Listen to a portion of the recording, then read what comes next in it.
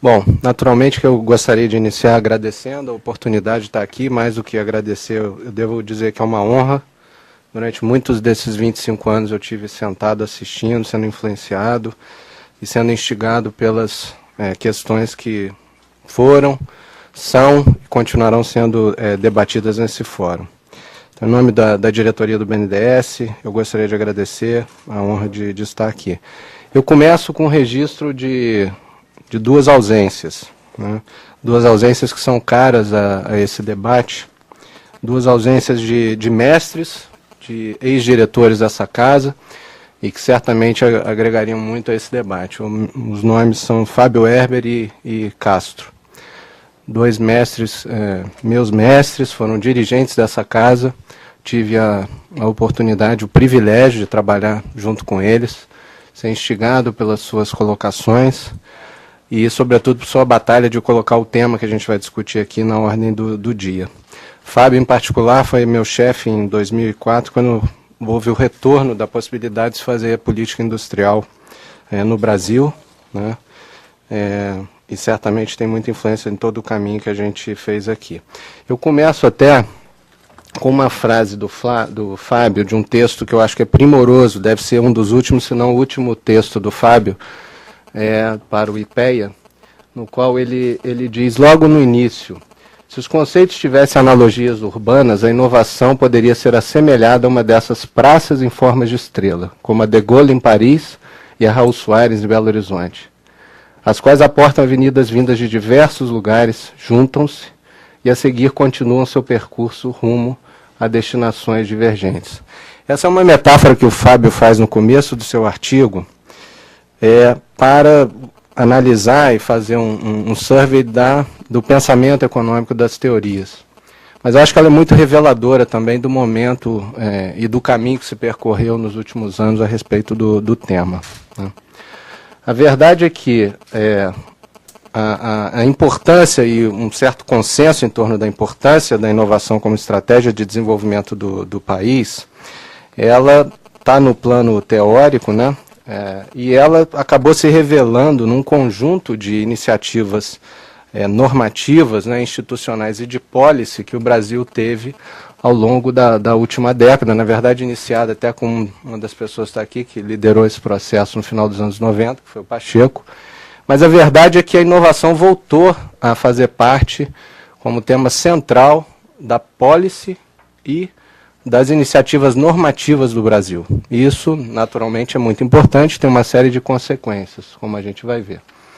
Estamos falando de leis assim, muito influentes, muito significativas e com resultados e políticas entremeadas em que a inovação ela sempre esteve presente, sempre esteve no coração. Desde a PITSE, que foi, vamos dizer, o retorno da política industrial, ela era tecnológica no nome, bastante simbólico isso naquele momento, em 2004, e desde então vem recorrentemente fazendo parte do debate. E tem um lugar de destaque nas políticas de desenvolvimento do Brasil.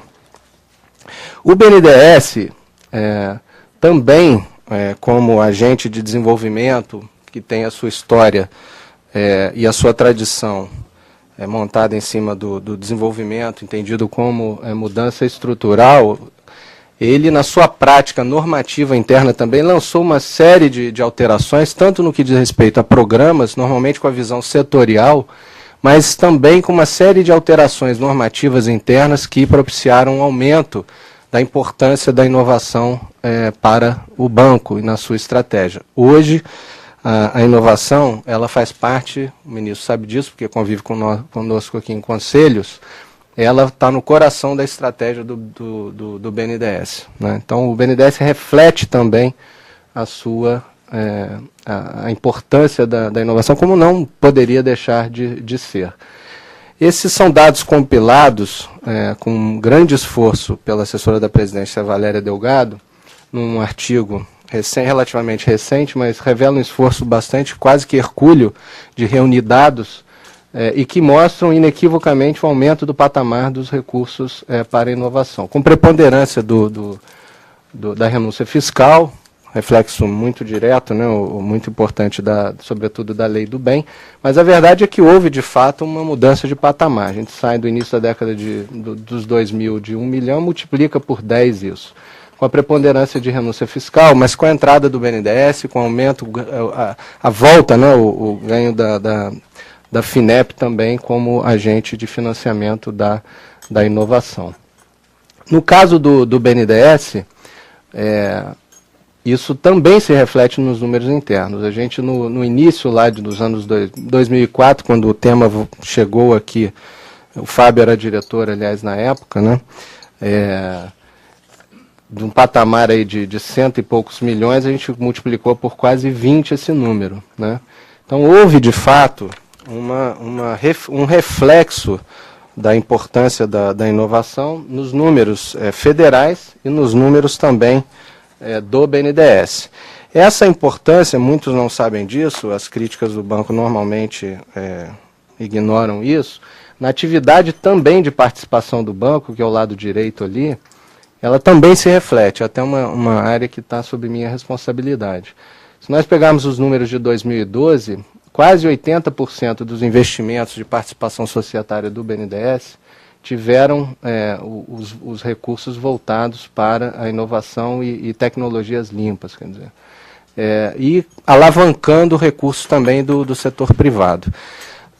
Alguns dos projetos que estão ali, projetos que o banco trabalhou durante mais de 5 anos. Né? Eu posso citar aqui um projeto de semicondutores que está sendo implantado em Minas Gerais, projeto que demorou 5 anos para a gente conseguir colocar de pé. Revelador um pouco do tema, do contexto do tema. Né?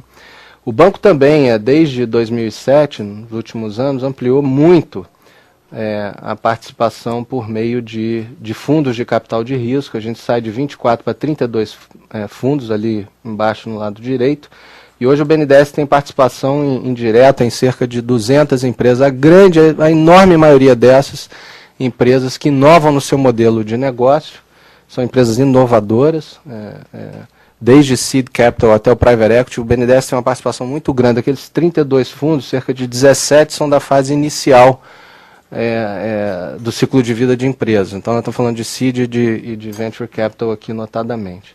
Então, o banco se engajou, e isso também a gente consegue ver nos números. Fatos estilizados da Pintec, vou passar muito rápido aqui, os iniciados aqui, eu fico até com um certo...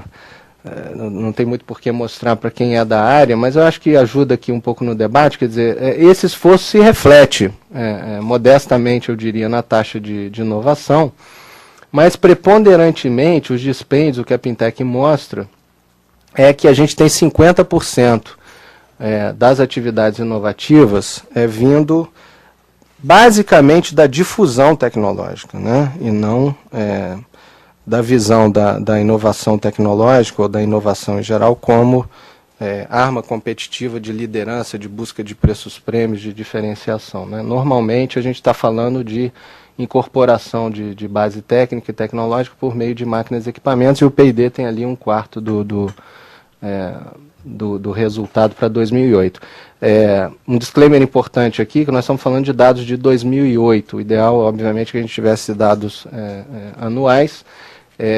A percepção, e quero crer que esses números hoje já são superiores a isso, de fato são, mas esse é o resultado oficial da última Pintec que temos.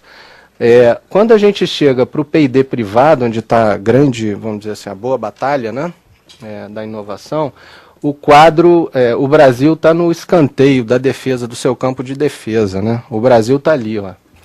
Então, aqui nesse eixo a gente tem o percentual de gasto privado em P&D, e aqui o quanto variou de 2005 para 2008.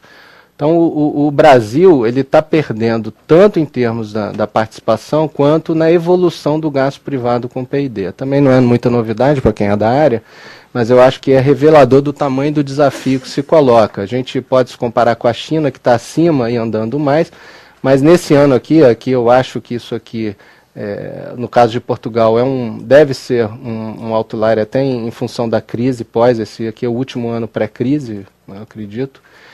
mas o fato é que a gente estava atrás de vários outros países. Estamos realmente no escanteio da nossa defesa, do campo de defesa, vamos colocar assim, para criar uma metáfora, né? Diante disso, a mais recente política que o governo colocou em campo, e do qual o BNDES participa ativamente em conjunto com o Ministério da Ciência e Tecnologia, vários ministérios, a FINEP em particular, é o Inova Empresa, né?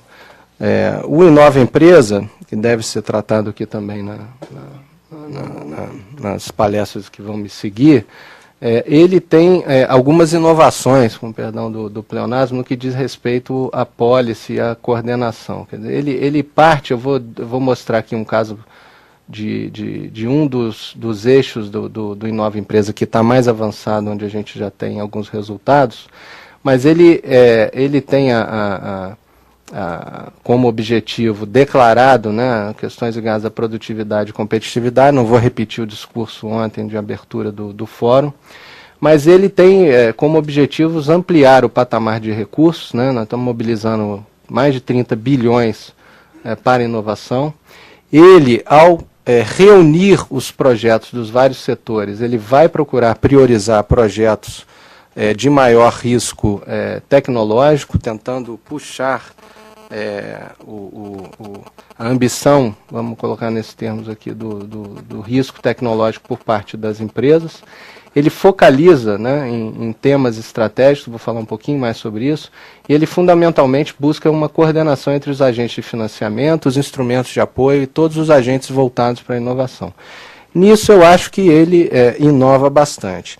Agora, vale ressaltar, e eu vou gastar um pouquinho do tempo aqui, é o seguinte: a gente tem aqui claramente uma opção por concentrar em áreas e focos onde há dinâmica econômica, né? Então, claramente, são todos setores em que há dinâmica econômica, há combustível, sob o ponto de vista da demanda, né? E mesmo em alguns casos, mais ou menos, mas empresarial. Ele tem claramente, isso é muito bom, ele estabelece uma perspectiva temporal, né? Ele dá horizonte de apoio para as empresas, né? E ele tem um ponto muito importante, porque ele trabalha com o conceito de plano de inovação. E isso, ao invés da figura do projeto isolado. As análises dos planos de negócio ou das iniciativas em que o banco já avançou, a visão do BNDES é sempre de tentar fazer a ligação, o link, e acho que o professor Castro, que eu homenageei aqui mais cedo, adoraria ver isso, procurar ver o link entre o plano de inovação e a estratégia e o posicionamento competitivo de quem o realiza. Então, essas são inovações que eu reputo bastante importantes e novidades para que a gente possa dar um novo salto, né, e estabelecer um novo patamar de investimentos em inovação. Eu vou nessa parte final, me resta aqui, acho que eu vou ficar precisamente dentro do tempo, dar um exemplo de um dos programas onde a gente avançou, em que já tem resultados bastante, eu diria, alvissareiros ou promissores, né? Eu me refiro aqui ao caso da indústria sucroenergética. Quer dizer, um trabalho que foi feito entre técnicos do BNDES e da FINEP identificou um baixo volume de recursos direcionados para a inovação nas carteiras das respectivas agências, naquela época 100 milhões, e mais apenas 1/3 da demanda voltada para a fronteira, né, tecnológica, tanto no que diz respeito ao etanol de segunda geração, quanto à biotecnologia e bioquímicos, né. Esse diagnóstico foi, vamos dizer, a pedra de toque e motivação principal do lançamento desse programa, que procurou inverter a lógica, né, do balcão para o fomento. Isso deu resultados expressivos sob o ponto de vista, inicialmente eu quero destacar aqui, do volume de recursos mobilizados para a inovação, né. A gente multiplicou por quase 30 vezes aqui o volume de recursos no que a gente chama de pré-país para o pós-país, né? O que algo que animou, de certa maneira, e é um belo exemplo para o que a gente espera alcançar em vários desses outros programas.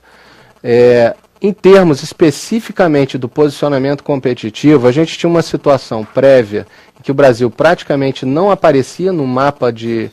Isso aqui são dados de uma organização internacional, infelizmente a fonte saiu aqui agora, mas que o Brasil praticamente não estava no mapa do etanol de segunda geração até 2 anos. A gente tinha 2 plantas piloto em estágio bastante inicial, e hoje nós temos 3 plantas piloto, 2 plantas de demonstração e 3 plantas em escala comercial no etanol de segunda geração. E a verdade é que, por conta de atrasos na implantação do plano americano e da recuperação do Brasil, o Brasil hoje está no mapa do etanol de segunda geração, e a gente quer crer que como resultado direto dessa iniciativa do governo brasileiro. Agora veio ali a fonte, Biofuels Digest, e elaboração própria aqui do BNDES. Bom, no que diz respeito a impactos, para a gente fazer a ligação entre inovação, produtividade e competitividade, isso também não é novidade para muitos dos que estão aqui, mas o CGE, em estudo, estima que pode haver um ganho de produtividade de até quase 45% em relação à situação atual do etanol de primeira geração e do segunda geração. Isso é melhor exemplificado aqui, nesse quadro, em que a gente coloca o seguinte, quer dizer, com a estimativa de demanda que se tem da EPE para 2021 do etanol, e mais um potencial exportador que o BNDES calcula em 11,5 bilhões de litros, haveria uma demanda, vamos dizer assim, de 80 bilhões de litros em 2021. Né?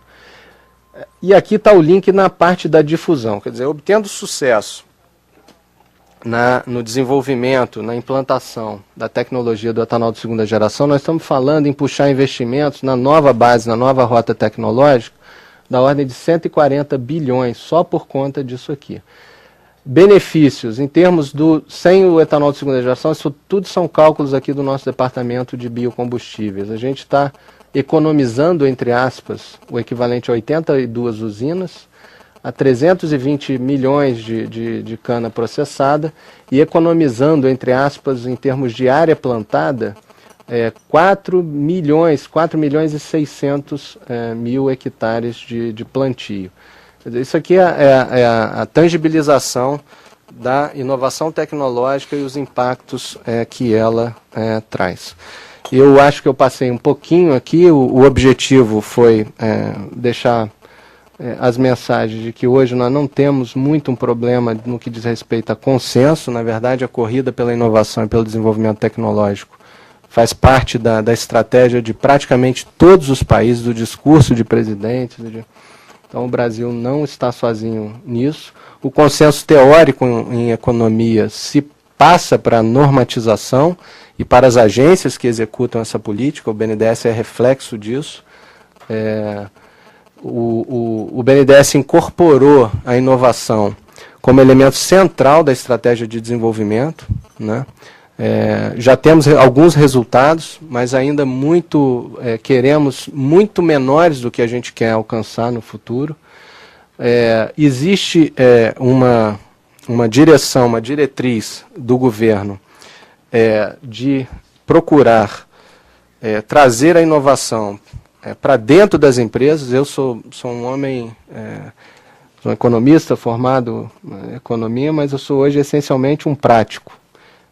E nós precisamos trazer para as discussões estratégicas do posicionamento das empresas brasileiras a discussão da inovação. Isso não é algo que surge a uma primeira conversa. Isso, infelizmente, não é algo que surge uma primeira conversa. O desafio da pesquisa e desenvolvimento e da inovação para dentro das empresas é o desafio do momento. Né?